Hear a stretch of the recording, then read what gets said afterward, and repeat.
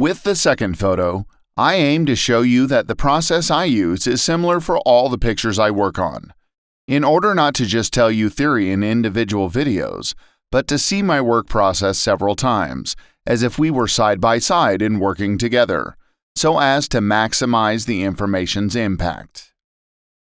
While the previous photo was more natural in its presentation, because the idea of classic portraits is to be exactly such, this image differs not only in its appearance, but also in the lighting it was shot with.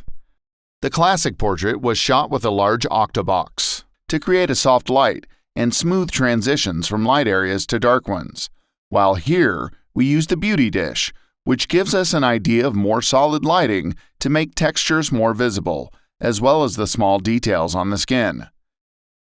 I'll begin the work process again by looking at the image and noting the corrections we want to make. For this purpose, I'll make an empty layer on which I'll note what I want to be removed and what I want to be corrected. I'll choose a red color that's easy to see and will make the brush firmer. I'm going to start here, then pay attention to this area under the eyes. Then I plan to pay attention to these features of the neck, as well as on the side of the mouth. Also, underneath her right eye,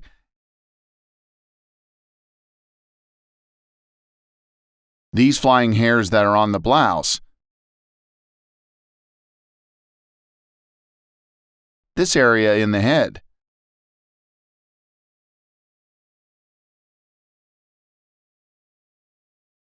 here's the problem with the eyebrow, and as well as this area of the nose. I want to look for something else that impresses me at the first glance. Maybe I'll also pay some attention to the shape of the model's face.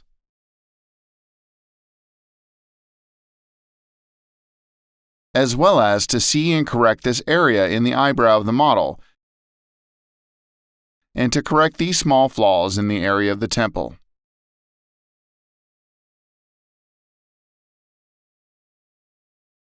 This too.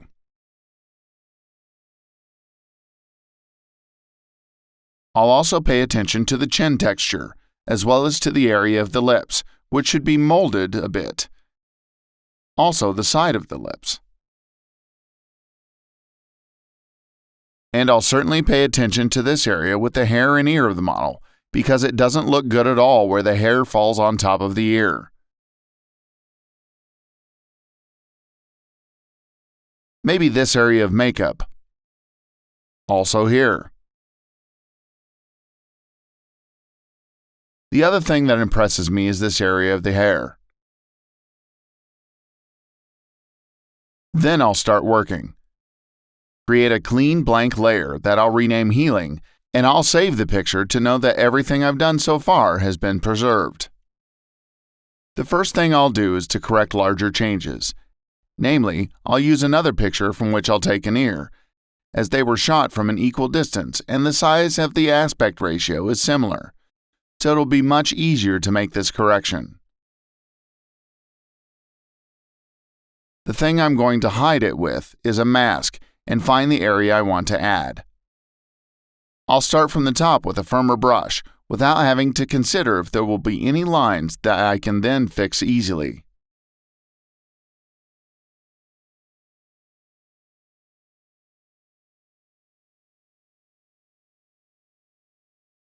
I'll soften the brushes for this inner area of the ear, and I'll add the rest of the lower area.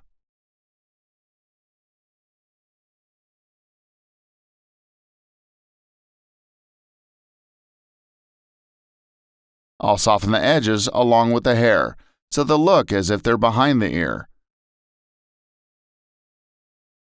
I'll gently rotate the picture to make it easier for hand movement. Then I'll add or remove depending on how well the hair and the ear pattern are flowing.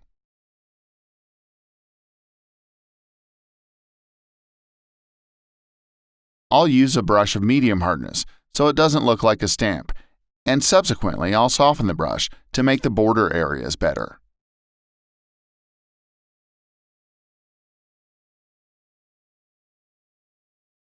I'll look a little more at what I could do to improve what I've just created, and I see here at the edges, they could get even better. Let's use a brush with an opacity of 50% for this inner area of the ear, and I'll use a few moves to make it better. I'm going to make a comparison with the original to see the difference to compare if I like it. I think it needs a little bit more.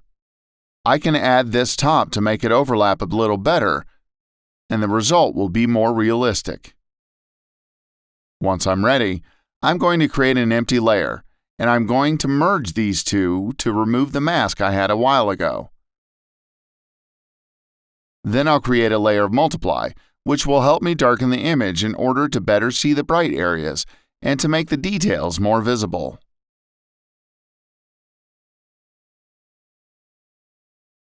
I'll create a black and white layer.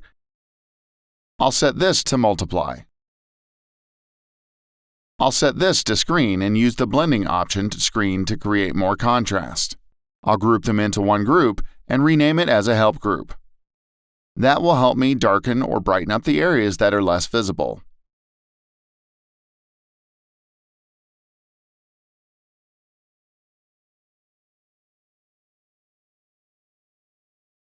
I'll use the spot healing brush, the automatic tool, with the help of which I can remove problems, and I'll begin to clean the skin of the model. I'll use a medium hard brush, and it will be slightly larger than what will be removed. With just a few moves, I'll try to remove those little black dots that are the traces of makeup of the model that was used for this vision. I won't spend too much time on this area, but I'll definitely pay attention to each one of these shortcomings. I'll remove them from the side of the ear and move to the bottom of the face and look for other things that I consider to be flaws.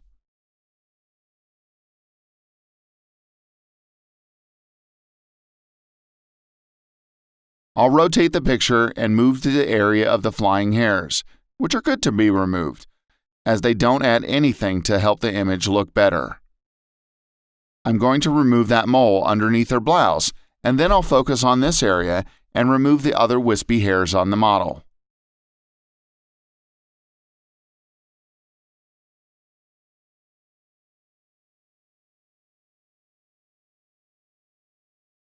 I'm going to do it a few more times, because here the edge didn't quite come all the way off the first time. And after, I'm going to remove that hair down there.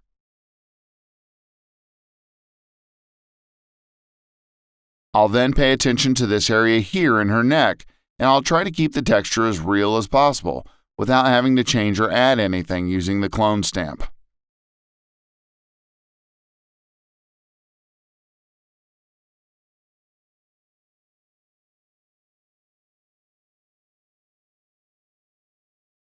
I'm using a brush of medium hardness.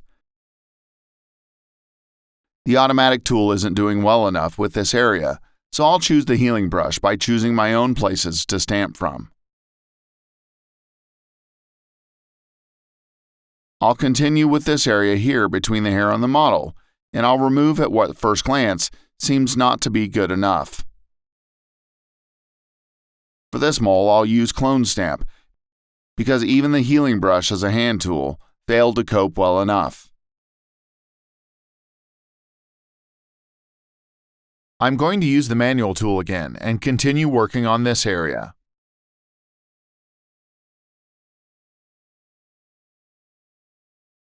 I'm going to make a few streaks and lines to help the hair flow,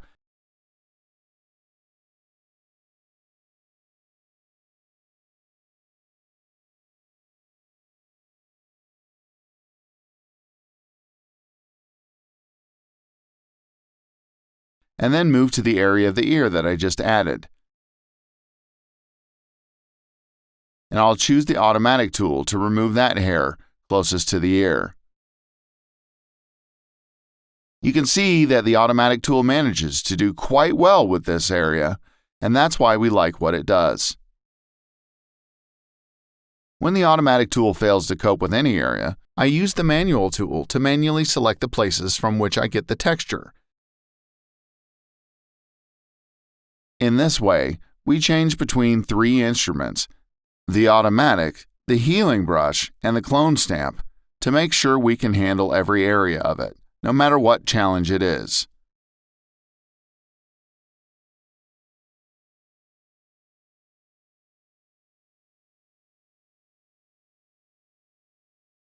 The last stroke will be 25%. I'll continue to remove the hairs from the ear of the model. But after I leave the edge, I will try to continue drawing down it with the clone stamp, very carefully with opacity at 50% and flow at 50%.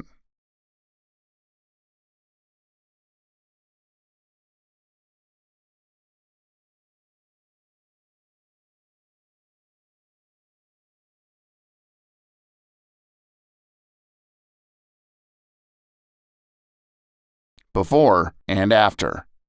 I'll then pay attention to this area, carefully beginning to remove the smaller areas until I get to this bigger spot, which I'll remove by continuing the makeup lines.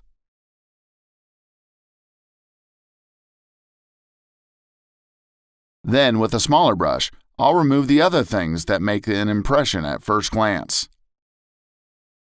I'll very carefully choose the place from which to take, and in this way, we'll make the result look more realistic if the automatic tool can't cope with this area.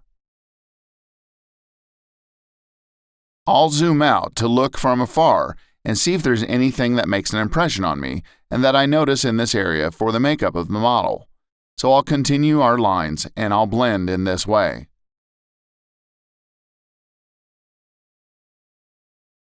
I'm going to take a look from afar and turn on the help group so I can see flaws better and move it up to the top to make my working environment more tidy.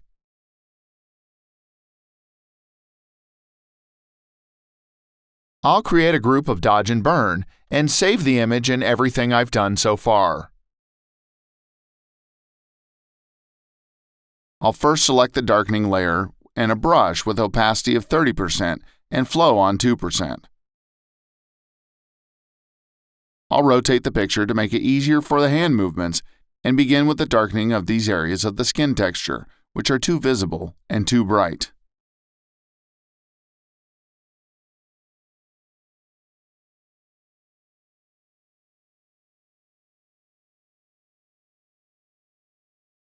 I use very small moves to make it easier and to have control over my work. And from time to time, I'll remove the help layer so that I can pay attention and see what I've done so far, comparing it with the original.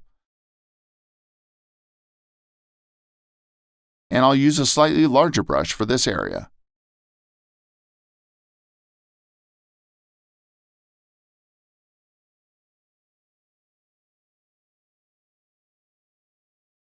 Then I'll continue working on the model's eyebrow, in which I notice there's also an area that needs to be darkened. Under her right eye with a medium brush.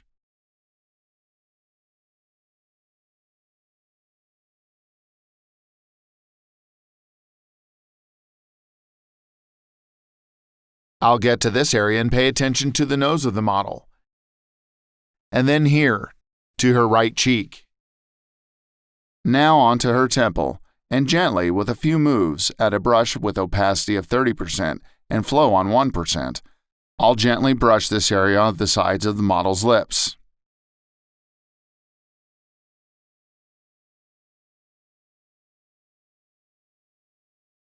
This brush will have a slightly larger diameter than the area I'm working with an opacity of 30% and hardness of 50%.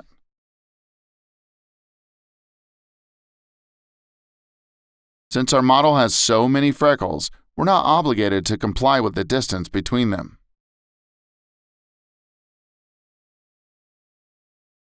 As I said in the work on the first image, even if we have to work from further with a larger brush, freckles, if they become darker, are not a problem, because in this way we'll strengthen them and make them more visible, which is good.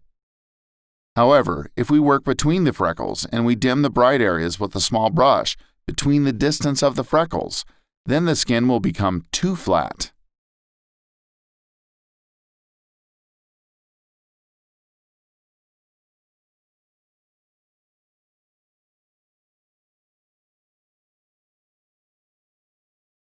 I will continue to darken the contours of the model's face so that partly we can fade it just a little bit more into the dark.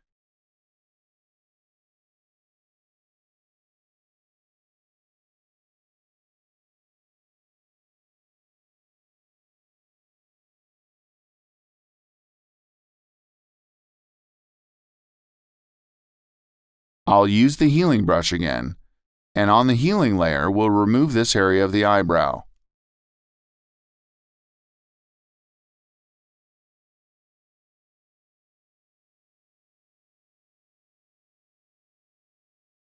Next, I'll draw attention to the other smaller hairs that may not look so good. I'm not going to try to make that eyebrow perfect, because that's not the point.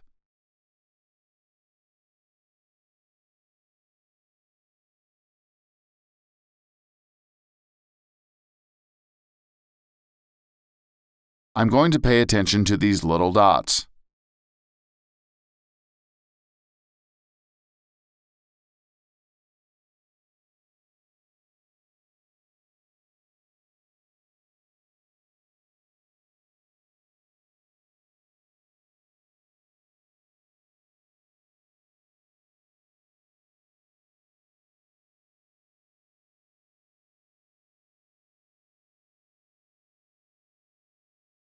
I'll proceed with the removal and correction of this area of the eyebrow by removing these flying hairs. So, one by one, we'll remove those hairs, and then, if necessary, they can be redrawn, but they'll be made more symmetrically.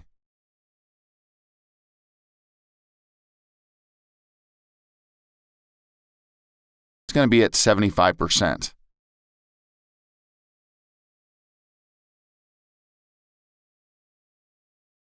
Now I'm going to do it again at 50%. I'm currently using the manual selection tool, because in these areas, the automatic tool has a chance of not replacing them with enough texture, and that means it'll slow down the working process.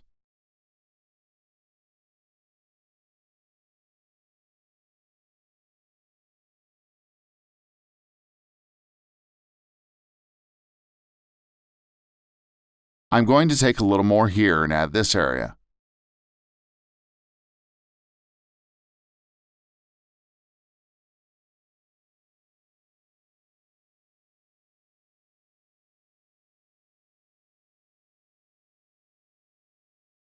Maybe I'll remove the one at the top as well as this one.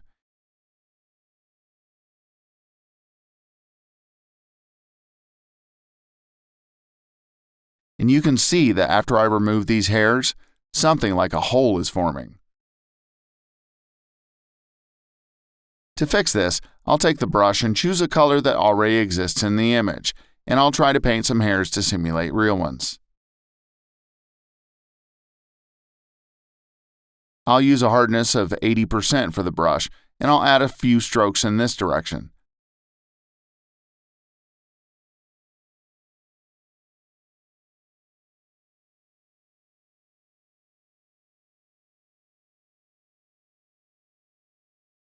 Then I'll flip the picture to make a few lines in the opposite direction.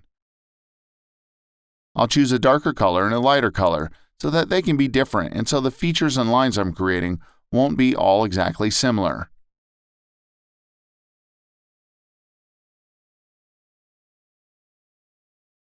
Due to the fact I'm not so happy with what I just did now, I'll delete it with the help of the eraser and try one more time.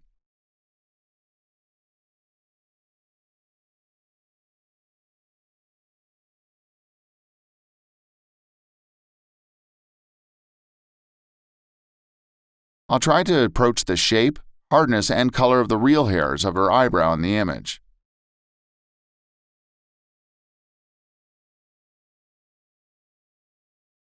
This last touch-up will make it 50%. Okay, it looks much better and a lot more realistic. The next thing I'm going to do is add noise to simulate that which we have in the image. I'm going to choose 1%,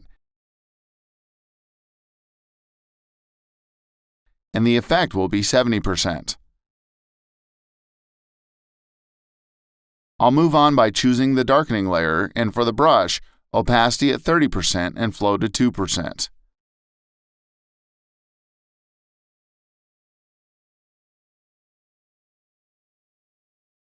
Then I'll darken this area under the eye of the model so I can make those lines which are too bright and attract attention more than needed darker, because when they're visible, they form a high contrast and create the feeling of bags under the eyes, which is something we don't want.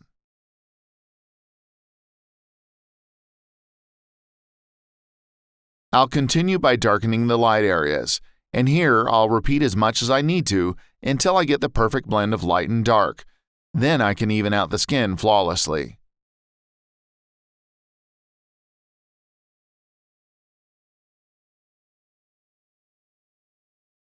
I'll go to the brightening layer, and if it seems to me that there's something that needs to be lightened, I'll fade it.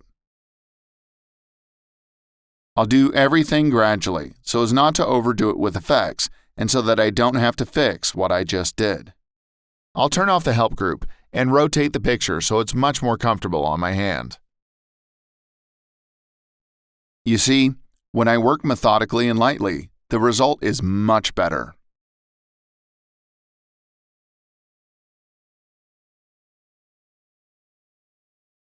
And I'll continue with brightening these areas, which normally should be bright, because they are in the light area of the cheekbone's texture.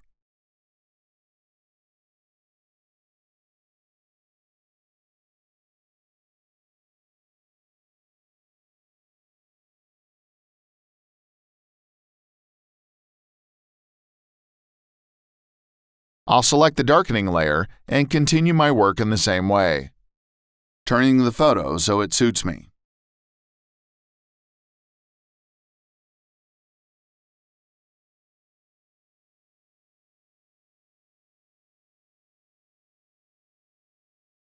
I'll continue darkening these areas under the eye.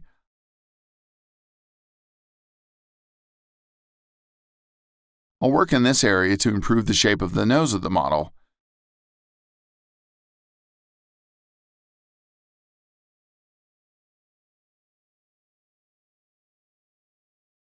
Then reduce the hardness of the brush to 50%, because I think that 80% is too strong an effect in this case. I'll rotate the picture so that it's comfortable for hand movements. I'll select the dodge layer to brighten up these dark lines.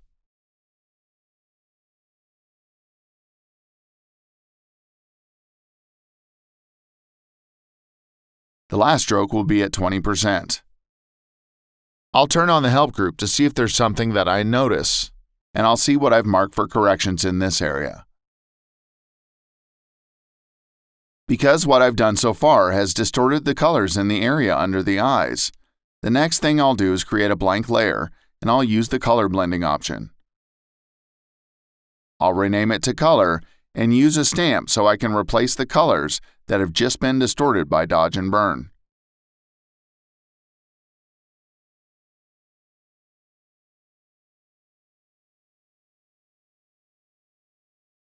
I'll use a very small brush to choose from the colors next to it, and I'll make sure they aren't too enhanced in this area.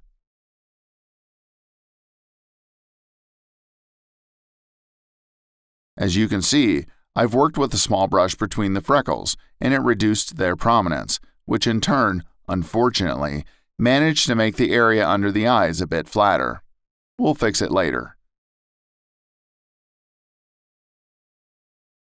For now, I'll choose a white brush again, and I'll begin to darken this area which needs to be darkened some more.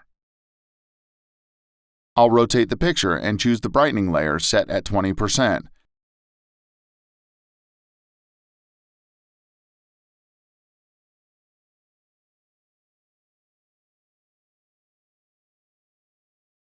I'll fade it at 20%. I'll rotate the picture again so I can work easily on this part of the model's eye.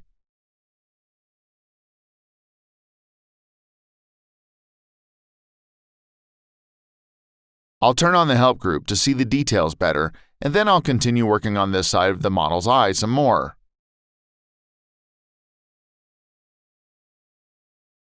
I'll use a slightly larger brush to make the blending even smoother.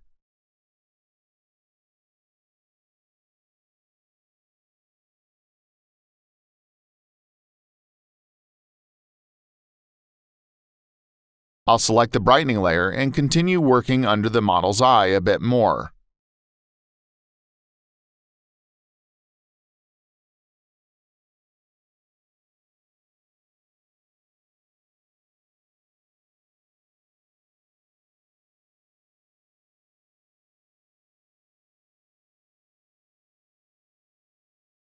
Now I'm going to compare the result with what I've done so far.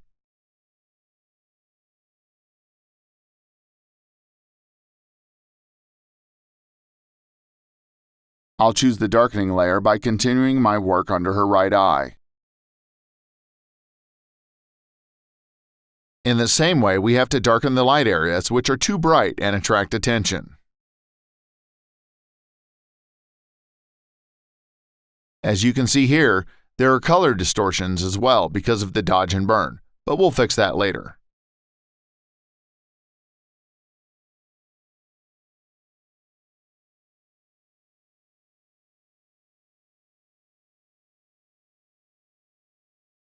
Before and after. What we've done so far.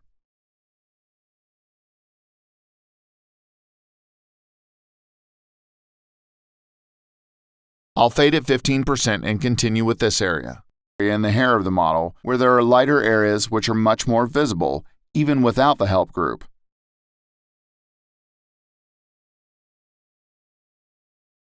I subsequently intend to darken this image so the highlight effect of the makeup can stand out even more.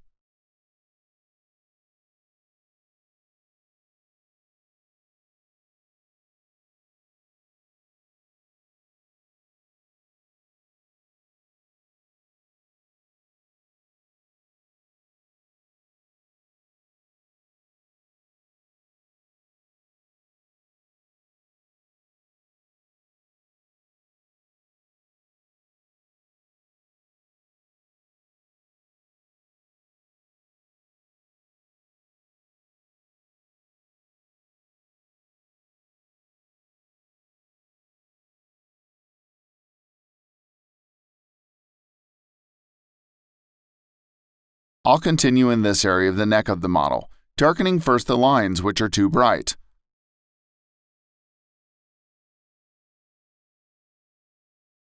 I'll remove the darkening layer in the help group and continue with the darkening of the light areas. I'm using a brush with settings of opacity 30% and flow 2%, trying to make a single pass in any place no more than twice.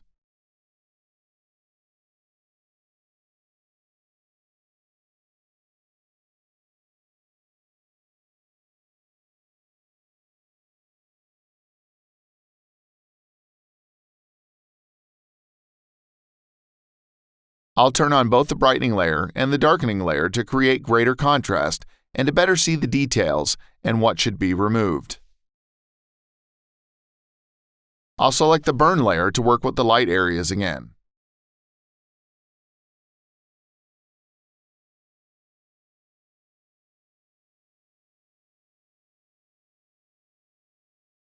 Then I'll choose Dodge so I can compensate and remove those dark lines.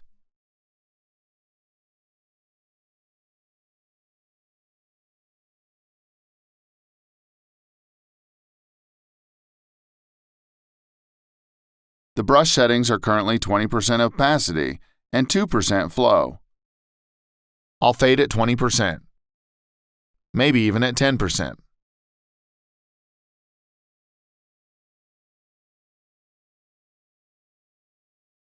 I'll continue with very light movements using the brightening layer.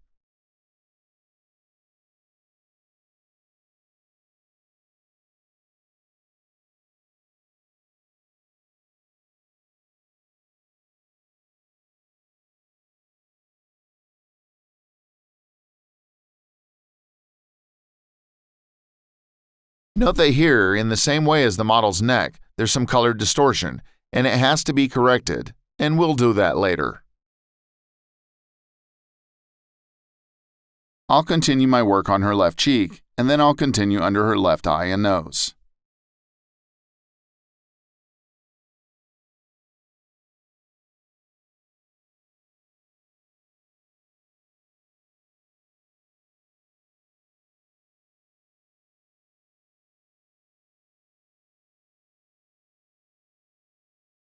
Now I'll create a help layer and sharpen it with Unsharp Mask. The settings being 70 and 70. And I'll create a new Dodge and Burn group to work on this help layer that reinforces the textures and helps me better see flaws. I use the help group to make it easier to remove the colors in the image and then turn off the screen layer so it's not too bright. I'll use a slightly larger brush and begin to darken these areas, which at first glance look very bright.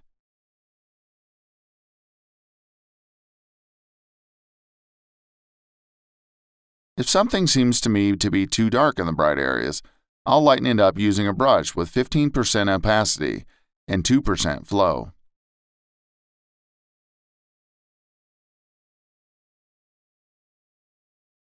I again choose the darkening layer.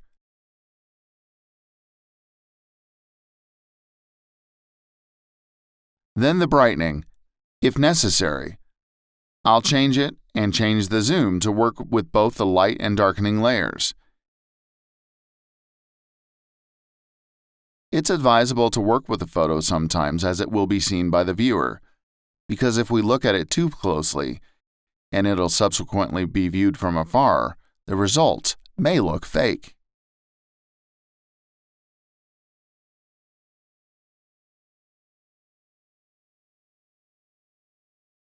I'm going to use a little bit bigger brush for this area.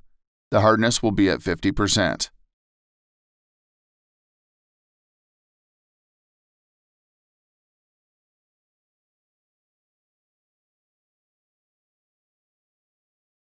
I'll turn off the help group and delete the help layer. The group of Dodge and Burn, which is on at the moment, I'll leave at 40%. I'll use a brush with 50% opacity and 20% flow, and I'll darken this area in the ear to make it smoother.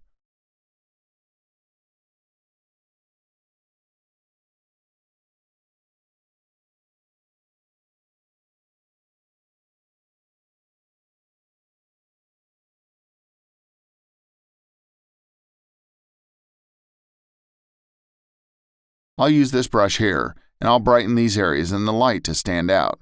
If necessary, I'll use the burn again. And when I'm ready with the darkening, I'll choose the brightening layer again to make the light areas look really bright.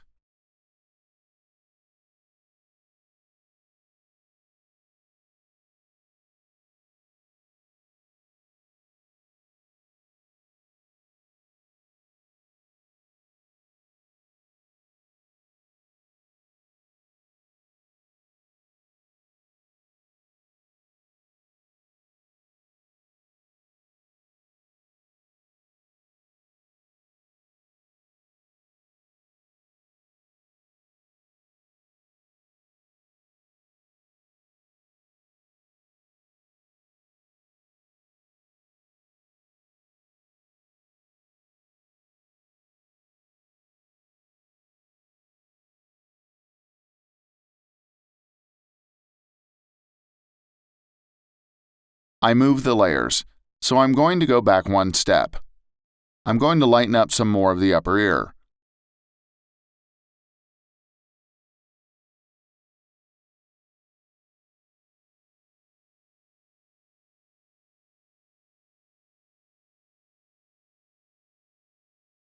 I'll remove the help group to remove the black and white layer and compare it to what I've done so far.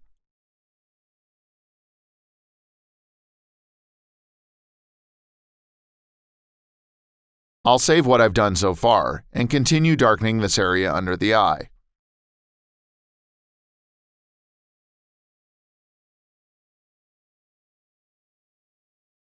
I'll use a brush with an opacity of 50% and 2% flow.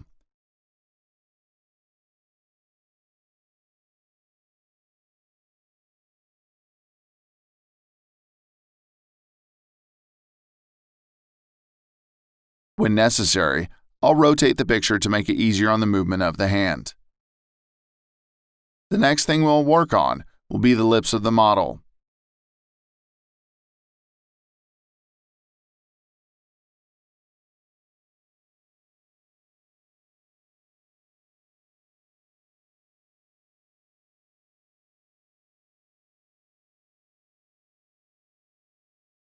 I'll use the help group again, but this time I'll lower the opacity of the darkening layer to 50% to open up the shadows a bit and to better see what's going on in the dark areas.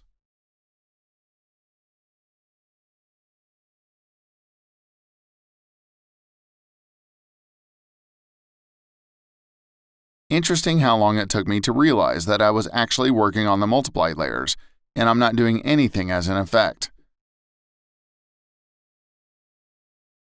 So I'm going to have to repeat this one more time. I dim this area here. I'll dim the light parts of this area, and we'll need to lighten this dark line that attracts the eye and doesn't do anything for the picture.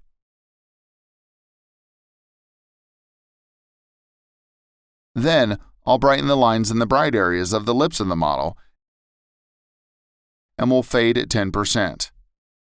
I'm changing the flow option of the brush from 2 to 3% to get the changes I want faster.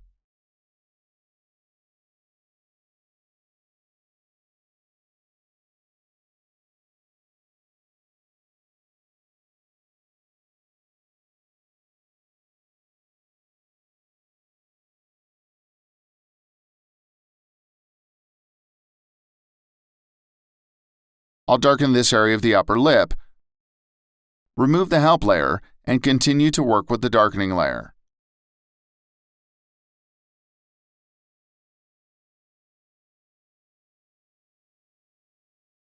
I'm going to contour the angles of the lip very slightly so I can outline the boundaries.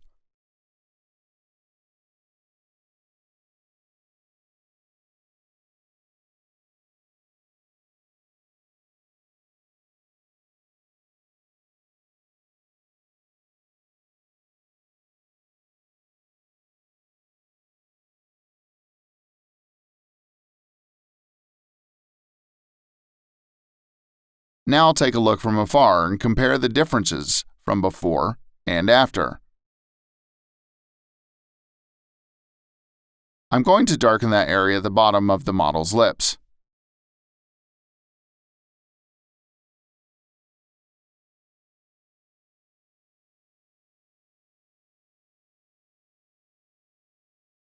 I'll make a copy of everything I've done so far and look for all the things I want to remove.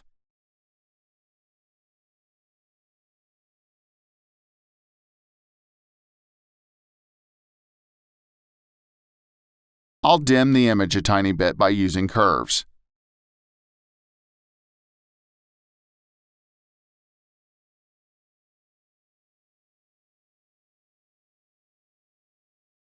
I'll add a little green, a little cyan, and we'll remove a bit of red, and add a little blue to make the whole white balance a little colder.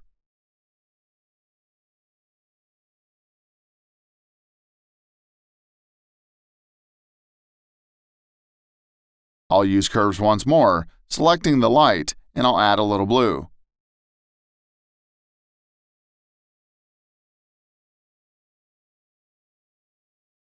I'll create a point on the face of the model to choose this area of the picture for curves, and I'll remove a little red, add a little green, and a little blue to make the colors seem more real.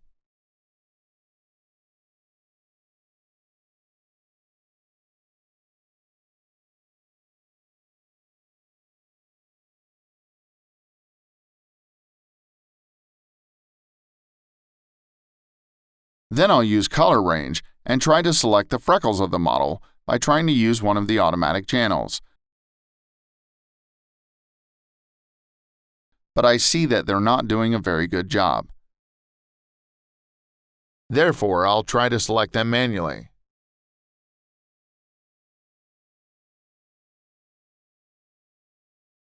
I'll select this color here, and this one, and this one. And I'll remove this one, and this one. In general, I add the colors of freckles and remove them from all other colors.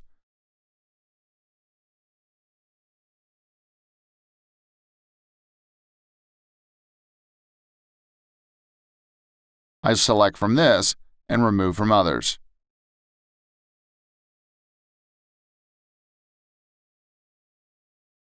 I do it from different places because the photo has different colors in different places.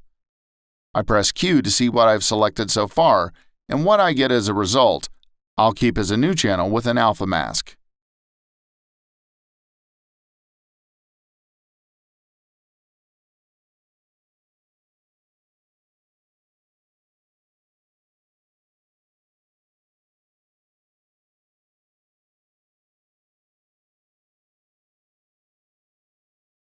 I'll use feather at 0.1% once more. Then I'll create a new empty layer and we'll select Soft Light Blending option, and I'll fill it with 50% gray. And then we'll bring this layer back to normal, so I can see what I've done and what I have as a result.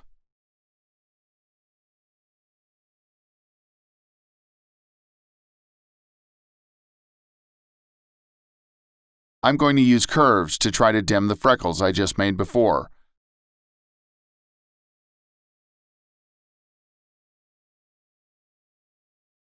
But from what I get as a result, I only like it in a few places.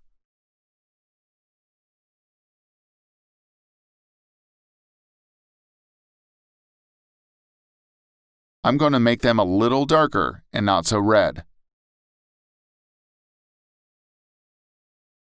I'll fade what I have so far at 85%, and after, I'll merge these layers. I'll use shadow and highlights to see if there's any dark areas that need to be brightened.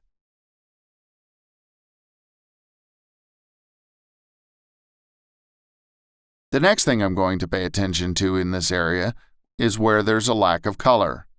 You can see that beneath the pattern and the neck of the model, it looks gray and dirty. I can fix it by putting this area into a new layer and using curves. I'll add some magenta by removing green, add some red by moving cyan, and lastly, I'll add some yellow by removing blue. I'll use a black mask to hide what I've done so far, and I'll use a soft brush to reveal only where I want the effect to be applied. I'm going to add from here and here.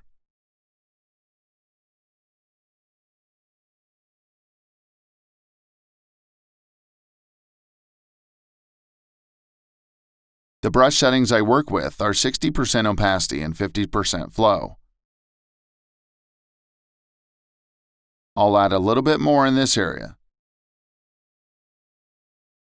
I'll try to work on the areas to the side, and then I'll use a black soft brush, so I'll remove anything that's unnecessary.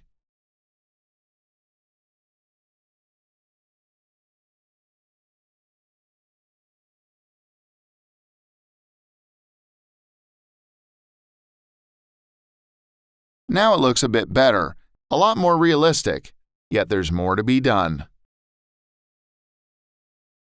I've managed to better balance this area under the cheekbones of the model. I'll once again use curves, but this time I'll select the light areas and add a little red, a little magenta, and a little yellow, only in the light areas, and do exactly the opposite in the dark areas of the picture. I will add a point to select these colors in the curves, and to do that I'll hold Ctrl, then I'll click where I want to select the colors from. And I'll use Preview to check my progress. I'll hold down Ctrl and create one more point here around the chin of the model.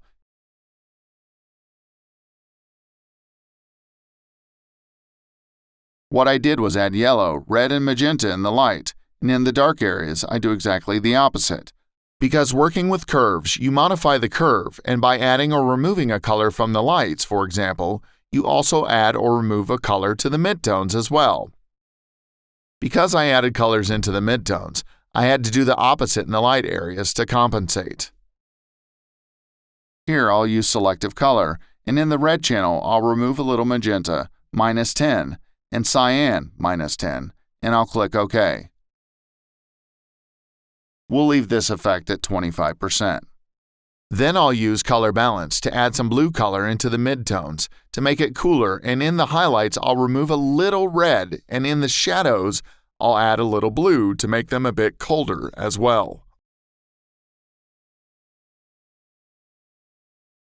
So we can have contrast between the lights which are warmer and the shadows which are colder.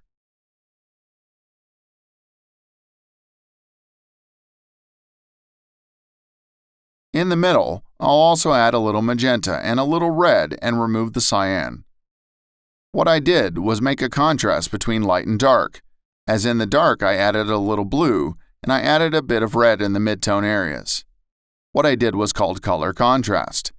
It might be a bit like an effect, but it affects the whole vision of the picture, and all that, this color balance, will make it at a fade of 50%.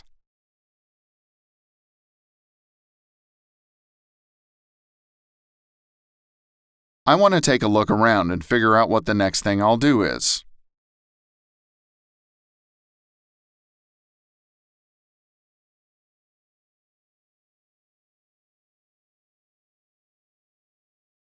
I'll create a black and white layer, set it on multiply and leave it at 50% opacity and 55% fill so I can create more contrast in the image. It's darkened the whole thing and turned to kind of more of a caramel color. In fact, this looks too strong, so I'll reduce the opacity to 20% and fill to 22%. Then I'll merge it together in a single layer, and I'll use curves again. This time I'll create a point in this area of the face of the model, and we'll add a little bit of cyan and a little blue.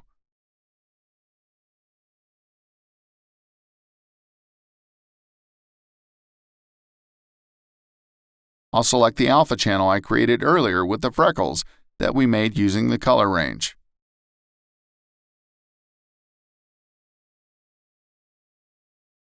We're going to bring them to a new layer by setting them on multiply, so I can dim everything and strengthen the effect. Well, because I don't like what it looks like, I'm going to add a mask and pull out only where I want the effect to be stronger.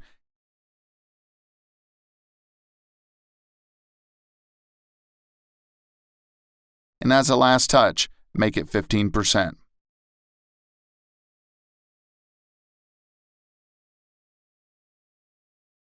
When I'm ready, I'll merge them with the layer underneath it.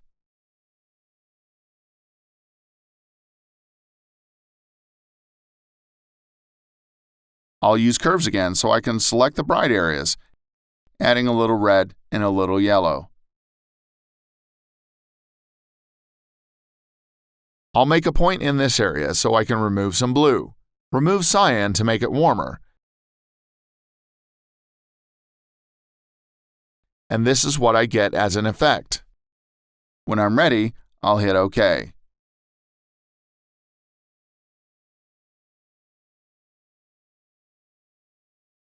This is what I do so I can make the image more colorful and slightly more intense.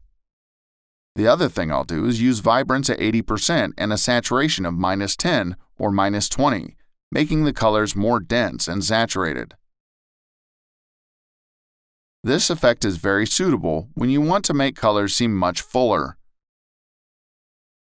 Using hue and saturation in the red channel, I'll increase the saturation and remove some light to make it darker. Thus, I'll have a much fuller red color in the image.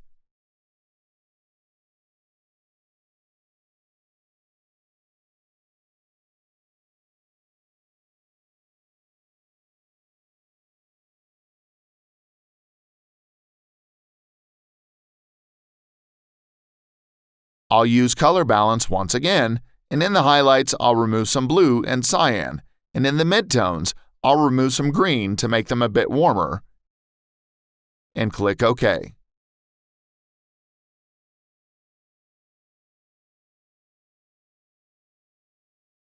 Then I'll use color range to select the red areas in the image, and I'll use feather, i.e. softening the selection by 2 pixels. I'm going to use the gray layer underneath it to see what I've got. I'll use curves once more. This time I'll select the area of the neck of the model. I'll add red and yellow so I can make the neck as close as possible in color to the face of the model, because you can see that they differ.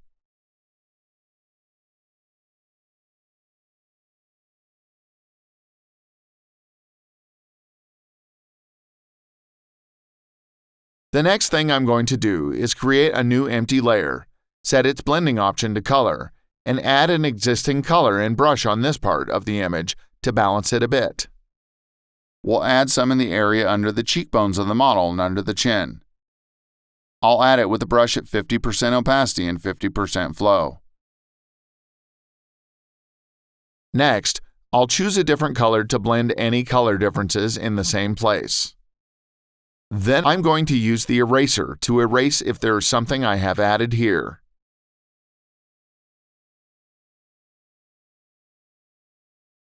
The next thing that impresses me is that on the side of the temple and the left eye, there's too much red. I'll also knock off some of the colors in this area so they don't look too saturated. To do this, I'll use a regular brush with the same color selected from the highlights. Then I'll brush with the same color here to balance the colors just a little bit, and I'll fade this effect to 5%.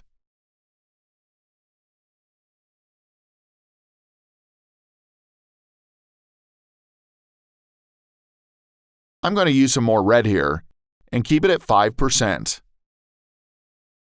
At the moment, what I see as a result is something that differs from what I want as a final result, so this area will undergo a little more correction, but we can do that a bit later. Now I'll merge all these layers and use vibrance to make the colors more vibrant and full, and to do that, I'm going to add 80.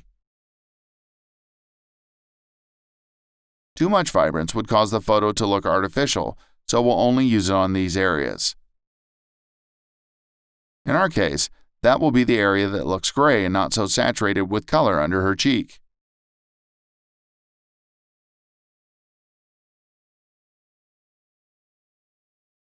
When I'm ready, I'll merge it with the layers underneath it. I'm going to set up a blank layer and select the blending option of colors so I can choose a black color from her blouse and remove any color I affect in those areas, and if I were to accidentally paint on her skin.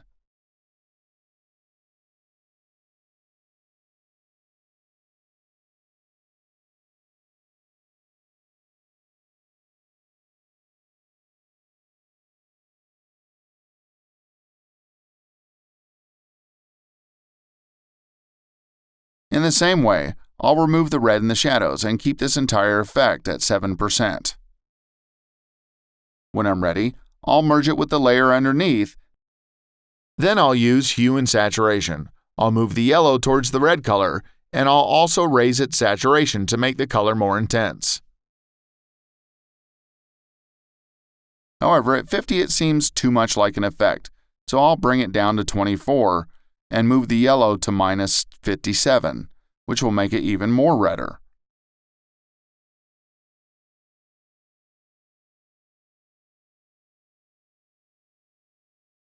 We'll leave the entire effect at 35%.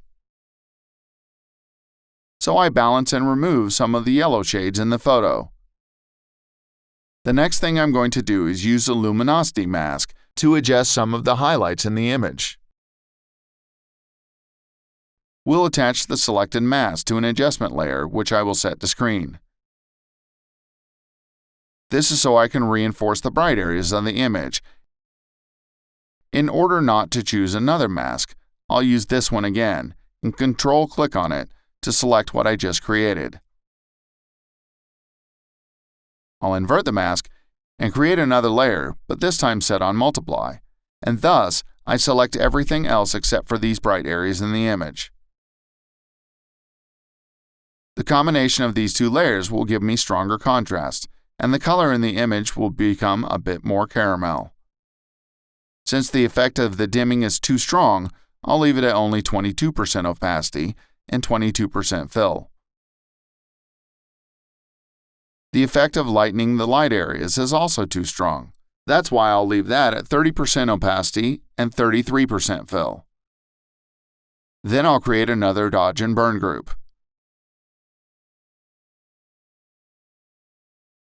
I'll use the brush settings at 30% opacity and 2% flow. I'm going to start working under the right eye of the model so I can better balance the remaining difference, and I'll adjust the bright areas in this area.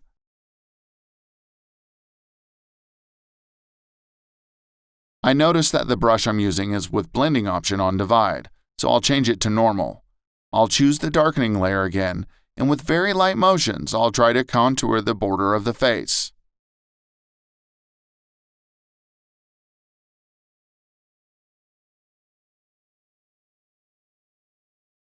I'll rotate the image so it's easier on my hand to move, and I'll create depth with the help of dodge and burn.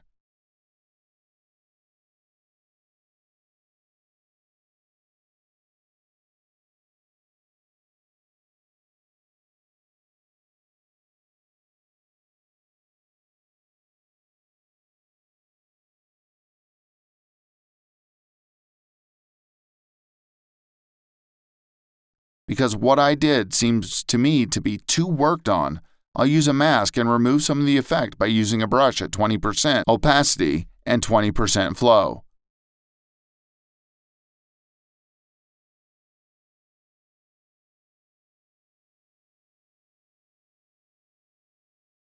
When comparing it to the original, I think it looks much better.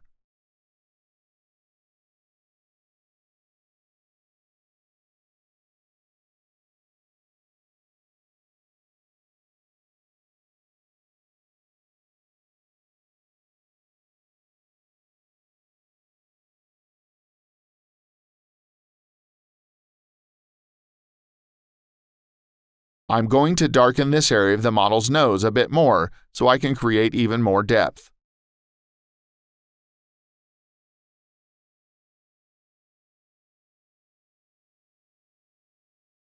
I'll do the same thing with the lips.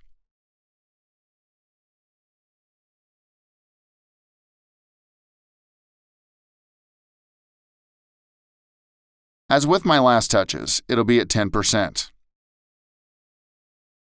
I'm adding a little more to this area.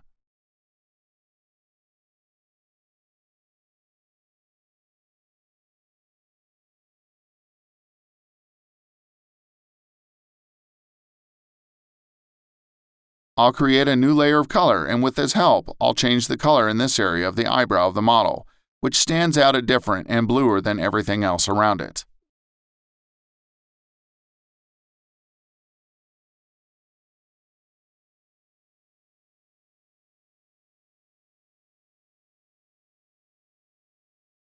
I'll use a brush to choose a color that already exists in the image, and I'll put it on a percentage, in this case at 71%, and merge it with the layer below it. I'll look again at what I've done so far and what I want to change. And I want to change the color over the upper lip of the model. I'll therefore create a blank layer of color once again, and use a color, you guessed it, that already exists in the image, and I'll gently brush it on. I'll use color balance in the light areas, as I remove the red and added blue. In this way, I'll remove the red in the bright areas of the image. I'll select the eyes and use shadow and highlights to see if I could brighten up the dark areas, make the eyes more visible. Since I obtained nothing as a result, the Shadow and Highlights tool is obviously unusable for this purpose. For this reason, I'll select the blue, which you can see is too much in the white area of the eye, and brighten it so it can look more realistic.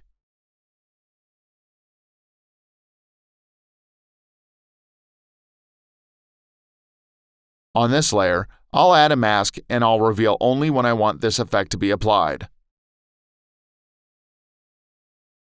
This way, I'll make it to be more natural and real, and not so blue, as I try to make the eye as realistic as possible.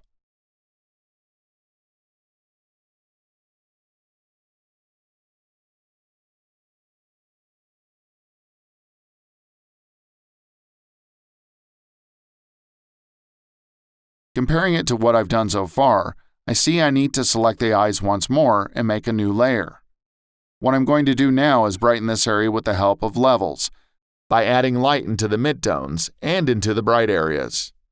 And I'll add a black mask to help me restrict a bit what I just did now, where I want the eyes to be lighter and crisp.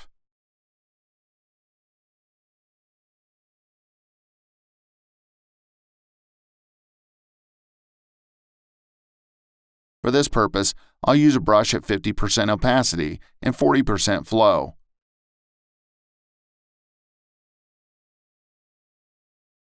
When ready, I'll merge this layer with the layer underneath by pressing Ctrl and E.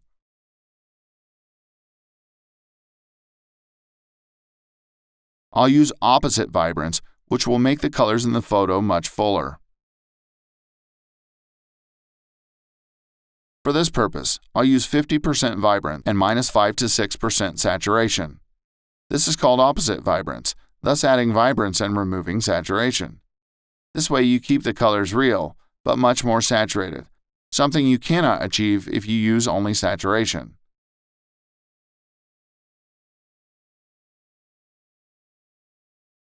We'll fade this effect at 50%. The next thing I'm going to do is use the curves and add points on the face of the model. And I'll remove some of the red in the bright areas of the image.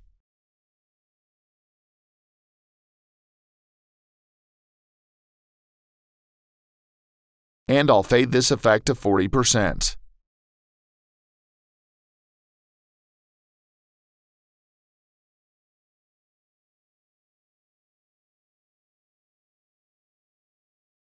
Next, I'll select a light luminosity mask and feather the selection with 2 pixels. Before that, I'll create a dodge and burn group again to help me with making contrast in small areas at a micro level, using luminosity masks to help.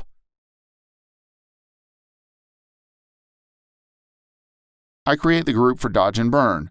I'll choose the luminosity mask, which I chose a little while ago. Make a selection. Soften the selection by 0.1 pixels so that it isn't too much.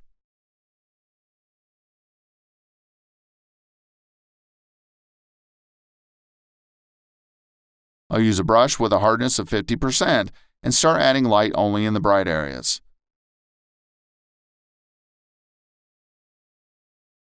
At first, I'll use a large brush, but later I'll choose a small brush to simulate what we already have in the photo.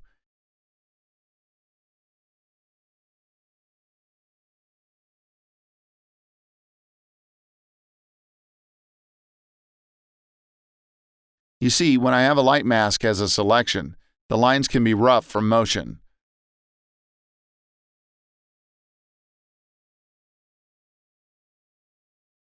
The brush settings I use are 30% opacity and 20% flow.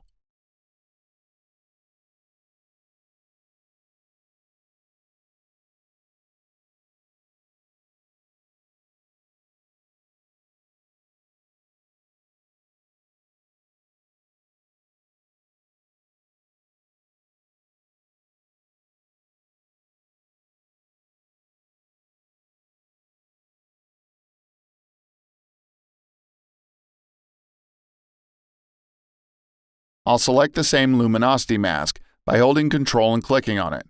Then I'll choose Select Inverse, and I'll use the same brush. But this time I'll use it on the darkening layer, and I'll contour the image using a bigger and rougher brush, so I can create the illusion of depth.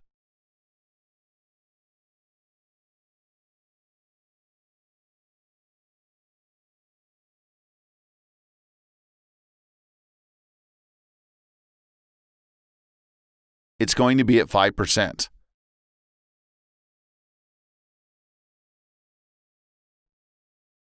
I'll fade it once again at 5%. And continue my work by merging together everything I've done so far with the layers underneath.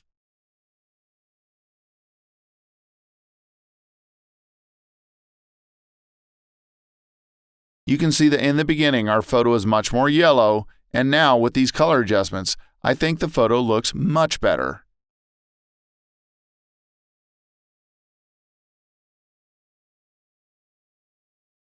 I'll do another comparison from a distance, and the next adjustment which I think we need to do is use the levels.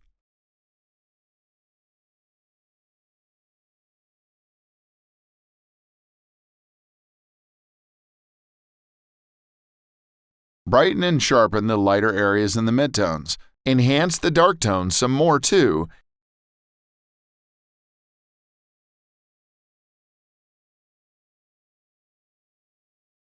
and let's leave the whole effect at 40%. When using levels, start moving the highlights while holding Alt. Everything should be black. When you overdo the effect, you'll start to see bright areas as little dots. This means that these are points that have already started to burn in the light areas, and it's a good idea to take a few steps back before it begins to happen, or at least reduce it by a few percentage points. This can be used to check to make sure you don't burn light or dark areas. In this case, I'll keep it at 35%.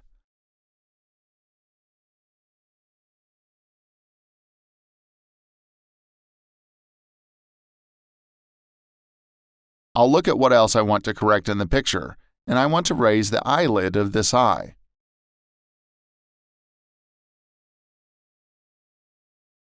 I'll use a relatively small brush at 32, and I'll very carefully begin to lift only the upper area of the eyelid.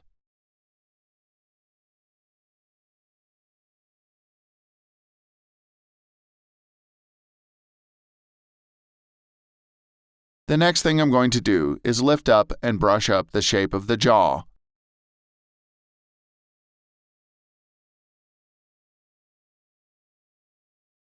With very light movements and a large brush, we'll change this area of the shape so that it's more balanced and the lines are smoother.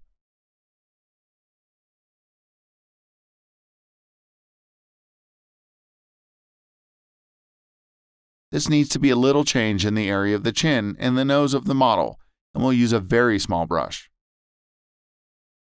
I'll raise the eyebrow very carefully, and when I'm ready, I'll click OK.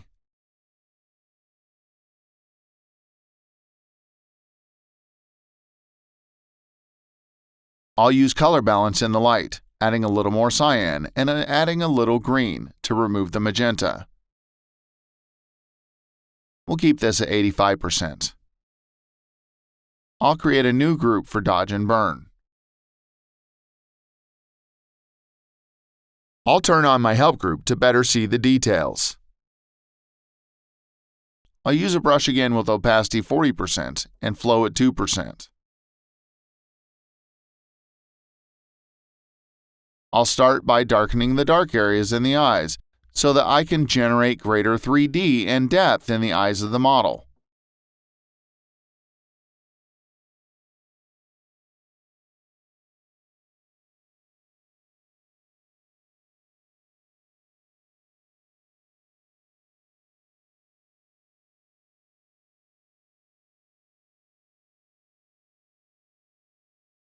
I'll remove the darkening layer so I can better see what's going on, so it's not so dark, and we'll continue working on the same area of the picture.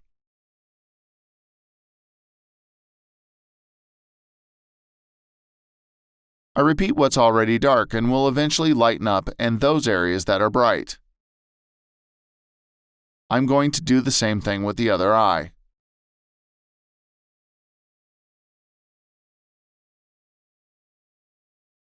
I'll darken the dark areas of the eye and lighten the bright areas so I can create greater contrast and depth.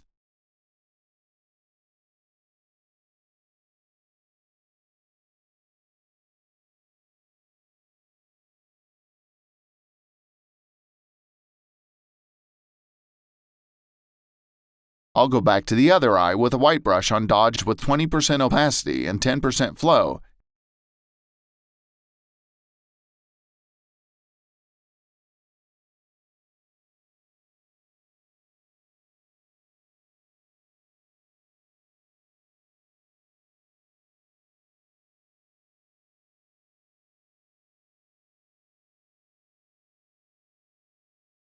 I'll move away and rotate the picture to make it easier for the movement of the hand. And the same thing I'll use in the eyes of the model with a smaller brush to create depth at the bottom and tops of the eyelid.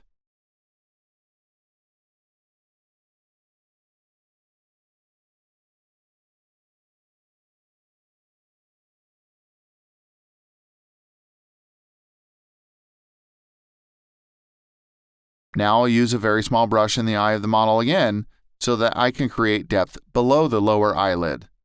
I'm going to reinforce that line underneath the eye.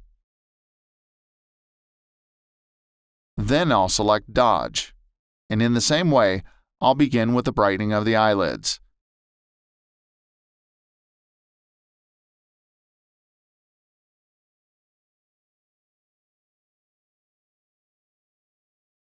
I'll use a small brush, start contouring at a micro level under the eyebrow of the model to create some more depth and contour the bright areas.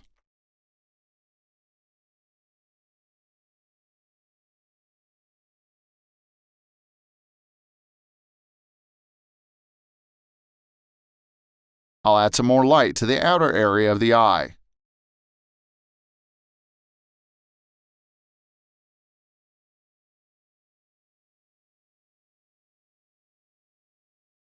I'm going to do the same thing again on the other eye. I'll continue to strengthen the light and darken the dark ones.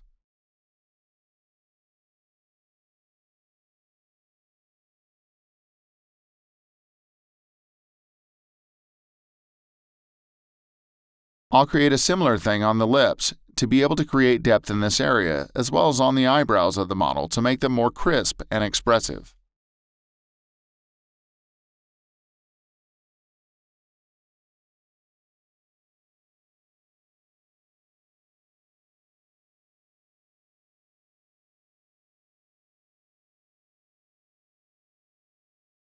I'll strengthen this area underneath the eyes and the sides of the eyes.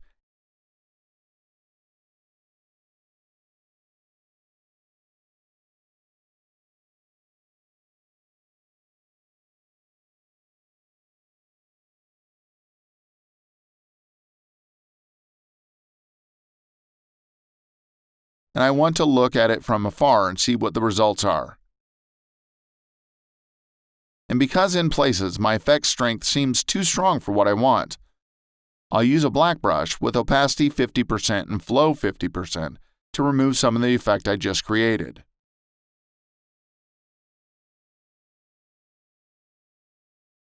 If any of my lines appear too strong or too sharp, I can always use a blur filter. In this case, it'll be Gaussian blur. I can blur the mask so the lines in the mask aren't so strong. There are places where I want to remove some more of the effect, so I'll use a black brush again and remove some of what I added.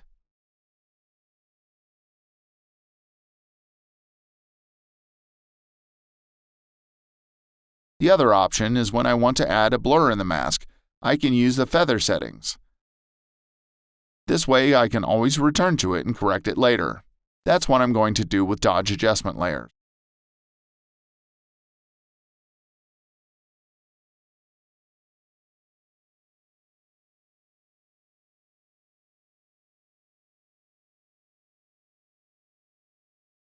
The next thing I'll be using is a white brush and brighten under the eye with 30% opacity and 1% flow.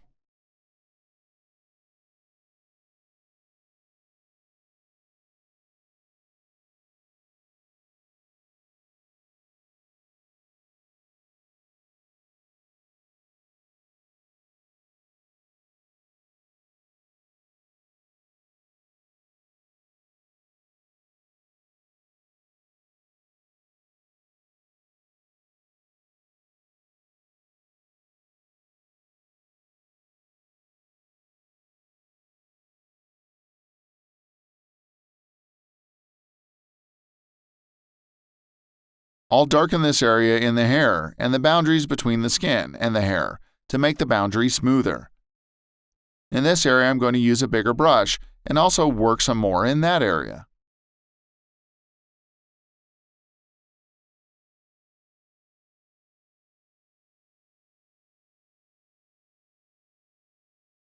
I'll lighten some areas of the neck, and then we'll move on to contouring the ear, so that it's symmetrical, has a similar texture and color, as well as make some similar light levels concurrent with the other areas of the image.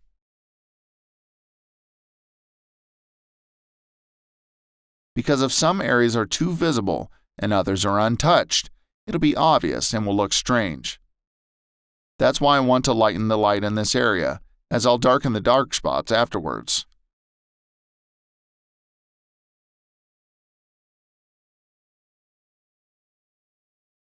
I'll concentrate my work here on the light areas, because they will thus create greater dynamic when combined with the dark layers.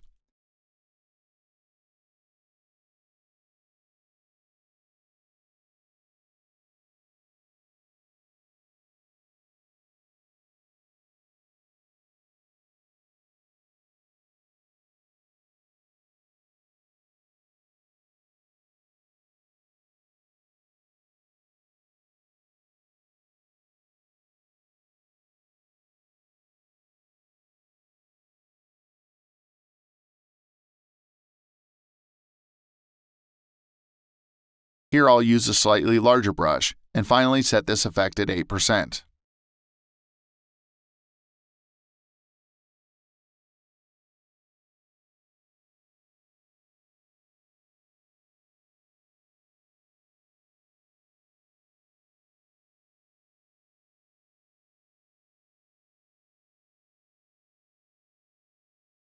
Maybe she needs a little work in this area. The location of the neck of the model definitely doesn't look good, and eventually I'll have to continue my work in this area.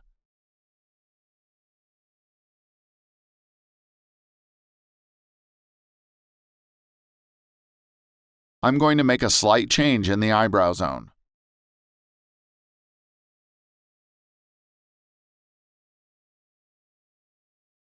I want to look at what I've done so far.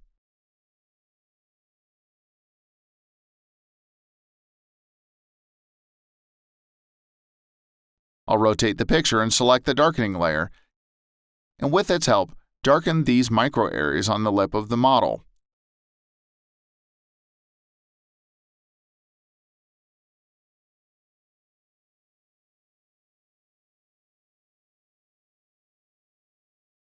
I'll choose the brightening layer and remove the dark lines in the lips.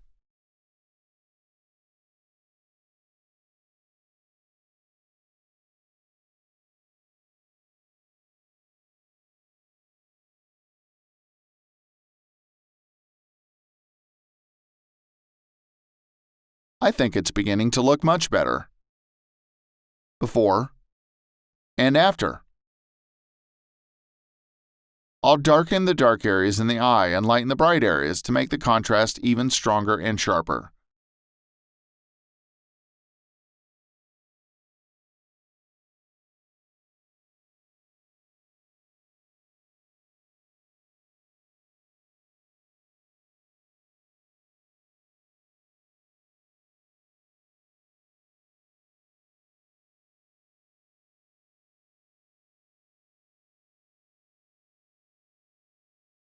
I'll select the eye and choose Gaussian blur in the darkening layer so I can make the lines a little bit more scattered.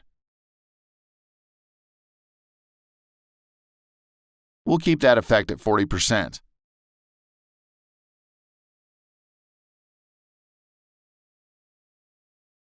Finally, we'll merge this group with the layer underneath it. I'll use a selection tool, and I'll select only this area around the eye and use Liquify. With the help of this filter, I'll slightly lift the upper area of the eye, namely the eyelid texture, to make the line smoother, and I'll use a brush at 32.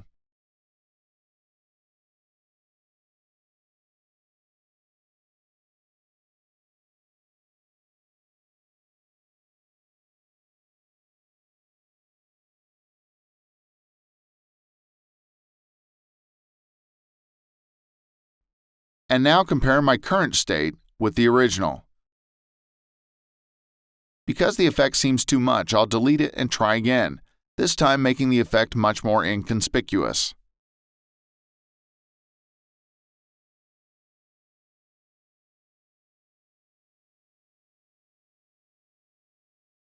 I think it looks much better. I'll use Liquify once again to bring back some of what I just worked on to make it look even more imperceptible.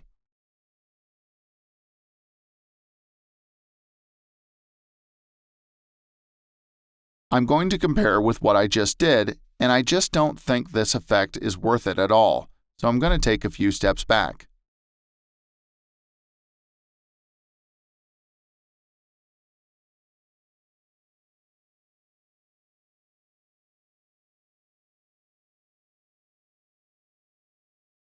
I'll merge all of these layers with the layers underneath, and then I'll make two new ones so I can use frequency separation. The first layer I'll rename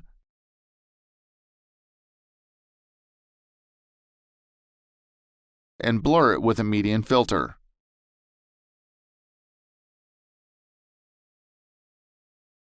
When I'm ready, I'll click OK. I'll activate the second layer and rename it to make it easier for me to organize the working environment. I'll use Apply Image, and since our picture is in 16 bits, we'll use the blending options of Add, Scale on 2, and we'll choose Invert. This layer acts as it would in an 8-bit picture, and we'll put it on Linear Light. I'm going to rename this group Frequency Separation to know exactly what it does. I'll create 2 empty layers, one of which I'll put on Color, so I can work with colors, and the other we'll leave on Normal. I'll rename it to Normal, again to know exactly what it's doing.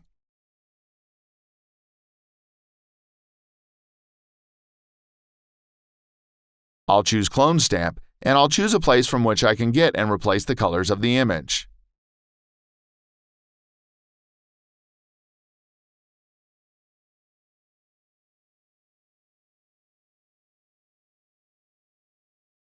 Here, on the cheek of the model, it seems to me that there's a bit of a boundary that I want to smooth out, and therefore I'll select from this area.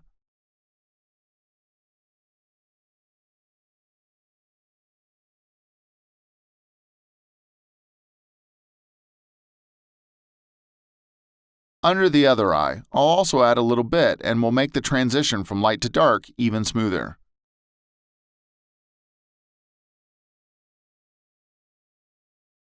I'll choose a brush and I'll select Color that is already on part of the picture and remove some of these highly visible and crisp points on the neck. I'll use Clone Stamp to make the light areas even brighter and remove those black dots that will distract the viewer's eyes.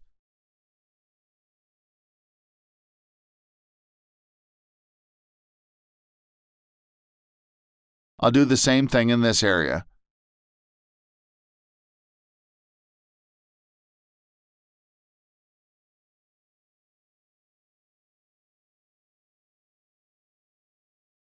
I'll select the layer of color, and I'll choose an existing color from her face to even out and blend the colors under her eye. And this effect will stay at 15%. With the help of the Stamp tool, we'll select this area here and make those areas of her hair a little bit darker, so as not to be so starkly different at a first glance. I'll do the same thing for those hairs that are on the forehead of the model.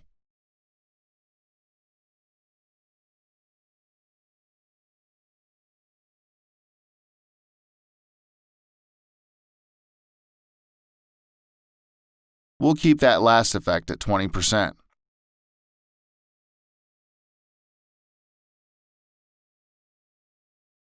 I'll keep this one at 10.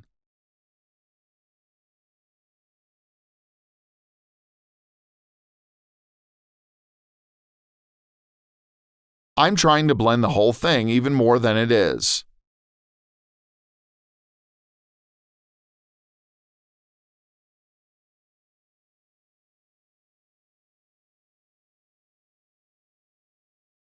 As I look from afar at the photograph, I see there's another line that stands out, which is too harsh as a border between the light to dark.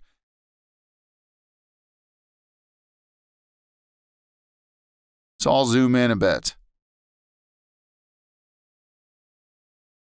I'll select the high layer, and with the help of the Clone Stamp, I'll remove some of the texture under the eye.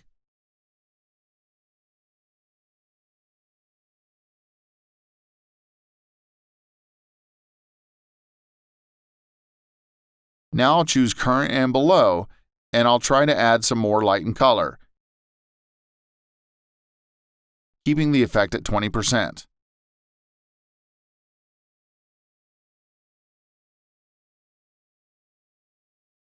I'll do the same thing with the other eye, but keep it at 30%.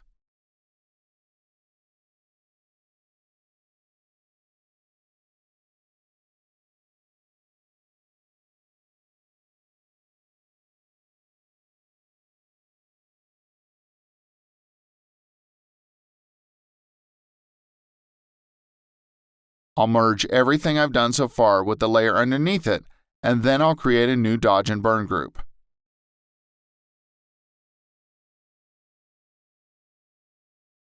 I'll select a brush with opacity 30% and flow 2%. Now I'll activate a darkening layer to help me better see what happens in the following areas, and I'll begin to darken at a micro level this area under the eye, which in this way will make this area underneath the eye a little more flat. We'll fix it later.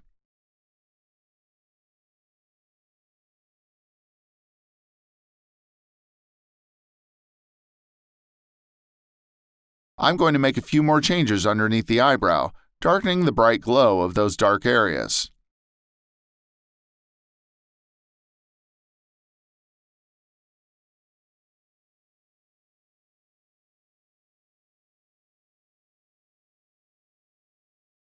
I'll do the same thing underneath the eye.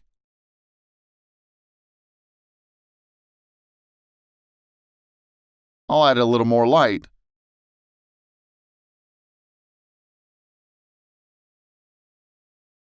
I'll add an empty new layer, which I'll choose a blending option on color. With the help of the clone stamp, I'll add some color on this area.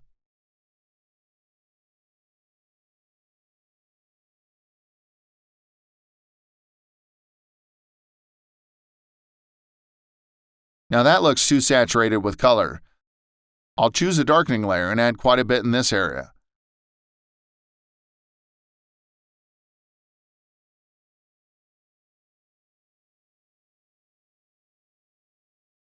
I'll remove the darkening layer to see what's going on in the dark areas and add some more darkness and light to the area of the ear of the model.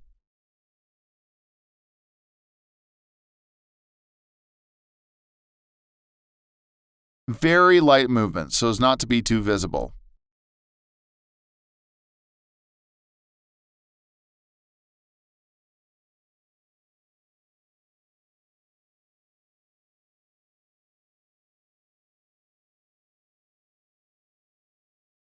I'll compare what I've done to the original, and I notice that the eyebrow needs a little bit more work. So I'm going to use a little brush and dim that area.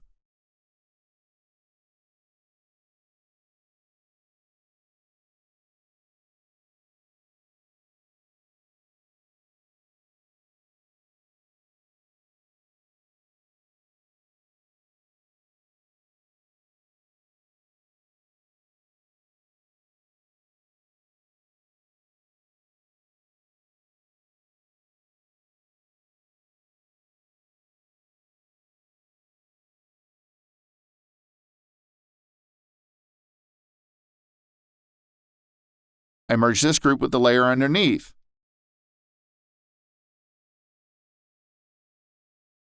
Let's add some texture to simulate what we already have in the photo.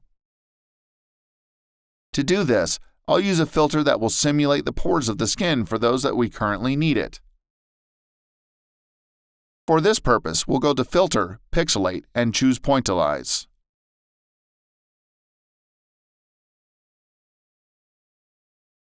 This filter will make the image have small cells.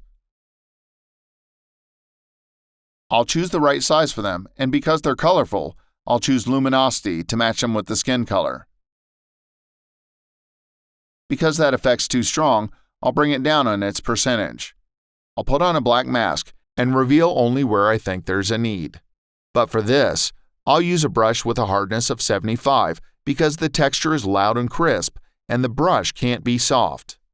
For this kind of process, I use a hard brush in places to reinforce the existing texture or to simulate the real one, because the soft brush will leave soft edges and it would look weird.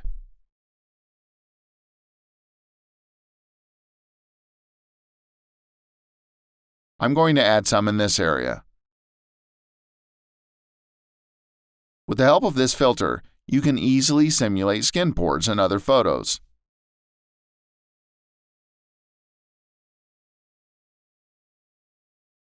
When the image lacks texture or there's any kind of mismatch, I use this filter to create pores similar to those of the skin so it doesn't look weird.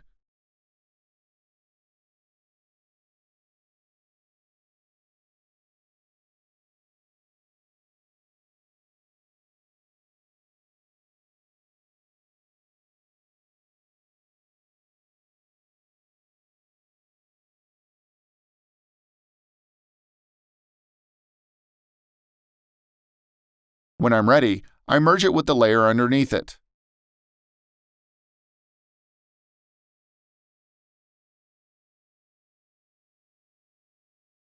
Then I'll make a new dodge and burn group, with which I'll try to remove these boundaries between the light and dark areas of the cheekbones of the model.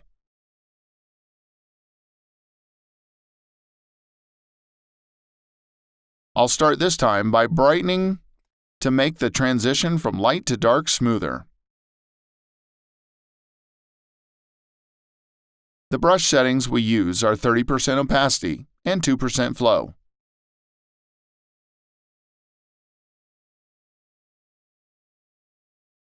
The light to dark transition looks very good, but in this case I lost some of the dark tones, so now I'll have to use the darkening layer to restore what I removed and make it look better.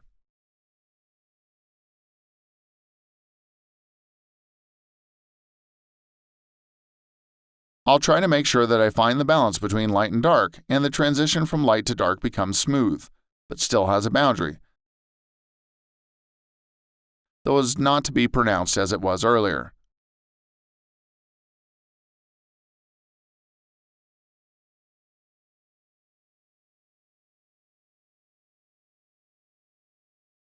Finally, we'll keep it at 7%.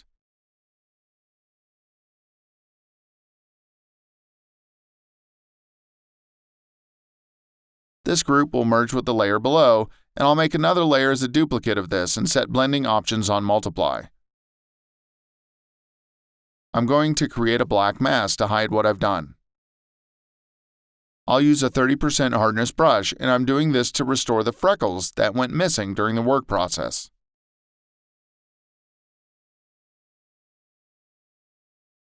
The settings of the opacity and flow are 20%. I'll brush over the freckles to make them stand out and look more realistic. They're not so crisp and are nearly invisible. But in this way, I'll restore them and make the texture much more realistic and real. I'm going to rotate the picture so it's easier on the hand, and I'm going to keep repeating where I see there are traces of freckles.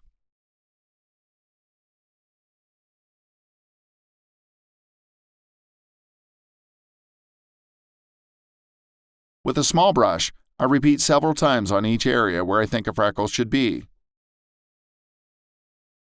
It'll look good. I don't need to consider what size of brush I should work with and its strength.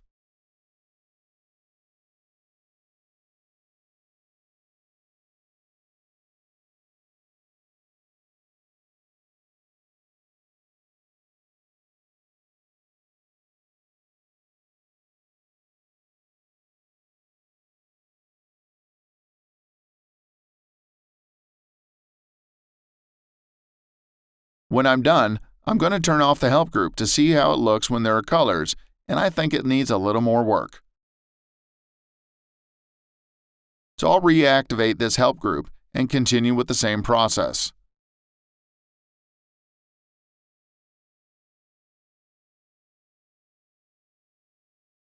I'll add a little bit on this area.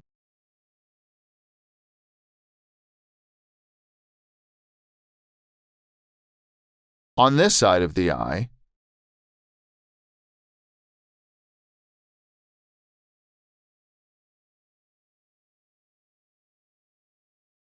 and because now the effect seems to be too strong to me, I'll add a feather on the mask's options by 2 pixels.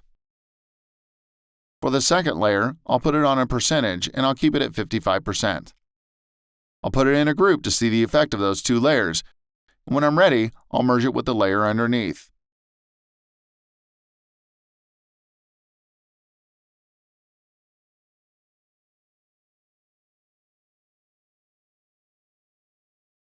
In fact, I'll reduce the entire group to 40% to make it more invisible and reduce the perceptible effect. When I'm ready, I'll merge it together with the layer underneath it. The next thing I'm going to do is check if there's a need to change any of the colors in the image. Create an adjustment layer on Vibrance. I'll set the saturation to 100% and lower Vibrance to -100. And what is visible means it's too saturated and it should be fixed. But since we only see areas on the lips and freckles, that won't be necessary.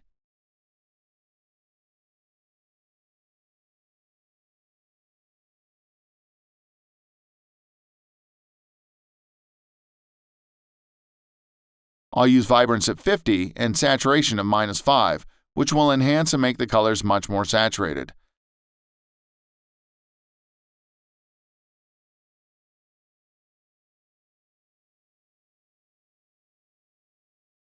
And then I'll create a new adjustment layer on hue and saturation.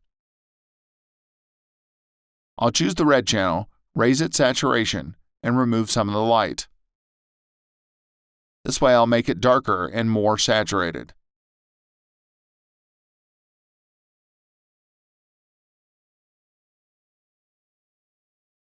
When I'm ready, I'll hide the settings window and remove the too saturated color from the eyes of the model, because I don't want the white areas to become blue and unrealistic.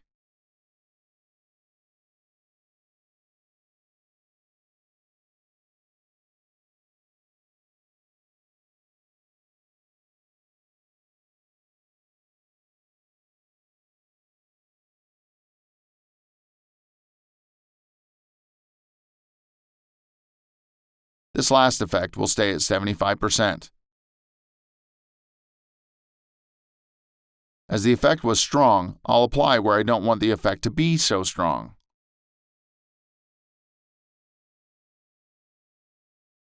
I'm going to switch to the original to see what I've done so far,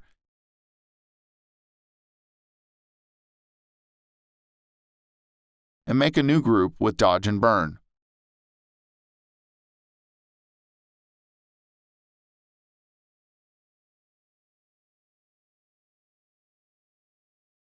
I'll choose a brush with a hardness of 30% and work on this area again to make the transitions from light to dark even more smooth and more invisible.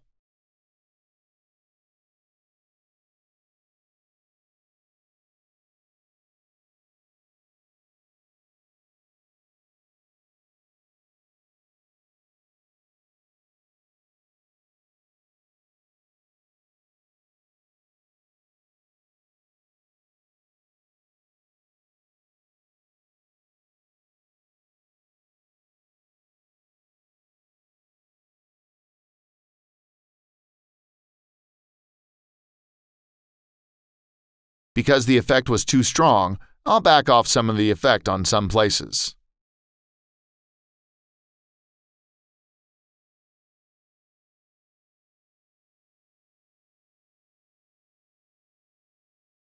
So, that looks good, and I'll go ahead to remove some more of the darkening layer. When I'm ready, I'll merge it with the layer underneath it. The next thing I'll do is remove the blue color found in the white area of the eyes of the model. For this, I'll use hue and saturation in the blue channel, and I'll brighten this area and remove some of the saturation.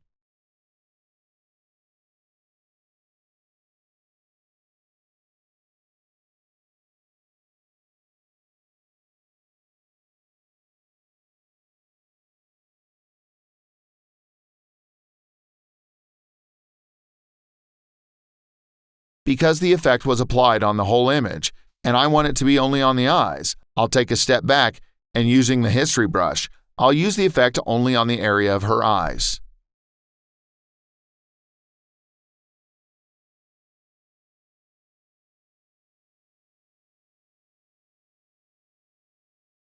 I'll create a new empty layer that I'll set on color and add a little color I'll take from here and put it underneath the eye of the model.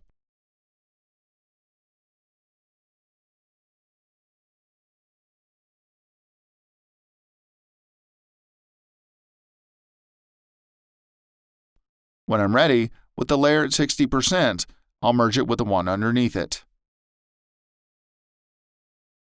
I'll make a new layer that I'll use for sharpening and use the settings of Unsharp Mask, 20 and 20. For Unsharp Mask, we'll leave it on Luminosity, so I know I won't add any extra color and affect only those areas of the eyes and lips.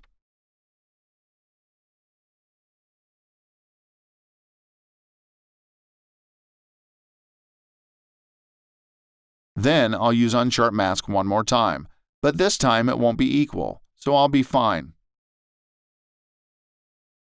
I'm going to use it on 70 and 2 and put it back on Luminosity. I'll take a few steps back, select the history brush, and return only those places where the effect I want to be applied. I use the history brush at 60%, and for this, stroke will keep it at 30%. With that at 20.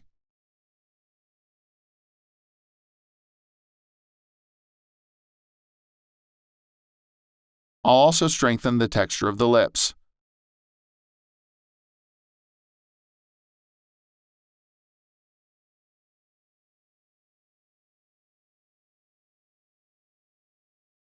I'll once again use an equal sharp, leave it on Luminosity, and I'll return to this area underneath the eyes and over the eyes of the model.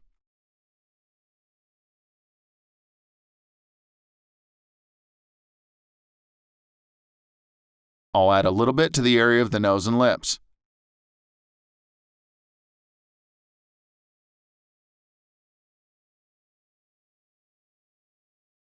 We'll compare it to what was in the original and what we've done so far, before and after. The next thing which I see, though, is that in the dark areas of the blouse and on the hair, there's some blue, which I need to remove. To do such a thing, I won't add another color in order to balance, but I'll use hue and saturation in the cyan channel, which will reduce its saturation and light. That way, I'll neutralize much of the blue. We'll do the same thing in the blue channel. When I'm ready, I'll click OK. You see, before and after, just how much better it looks. Since I want to keep an area of the eyes, I'll take a step back and using the history brush, I'll apply the effect only where I think it necessary, namely in the hair and on the blouse of the model. To see it better, I'll activate the help group and the help layer on screen.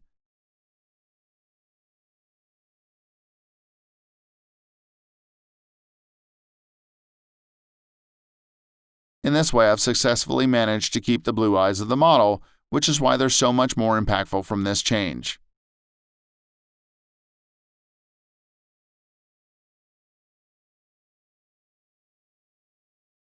The next thing that impresses me is that her forehead has too much light and needs to be balanced. Before that, I'll add some more yellow and green with the curves.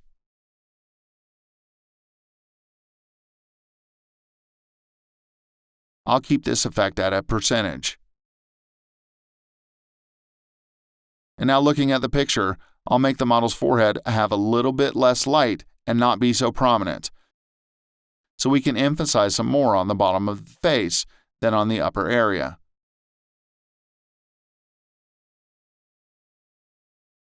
I'll select on the Luminosity masks and create a new curves adjustment layer with which we'll back off some of the light. I'll remove some more light, and because the effect that I just added covers the whole picture, all the bright areas, and I want this to be limited only to the top of the face, I'll add this layer to a group, and then I'll add a black mask to that group to hide the effect, and then with a white brush, reveal only when I want to. We do it this way because I already have a mask on the bottom layer, and I can't add more than one mask per layer. For this reason, we'll go ahead and add the black mask and limit the effect by using it only here in this area. Wow, look at that difference! When I'm ready, I'll merge it with the layer underneath it. Now I'll examine the photo to see if there are any final things I want to correct. What I want to do at the moment is to separate the two eyes into a single layer. Brightening the light areas ever so slightly and add a black mask, apply the effect only on this inner area of the eyes using a white brush.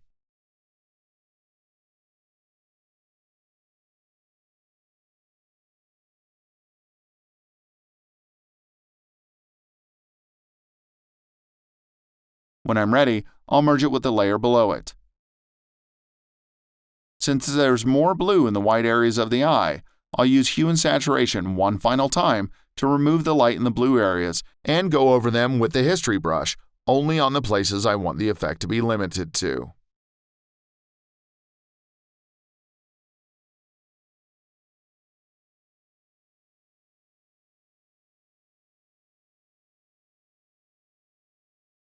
We'll keep this effect at 50%.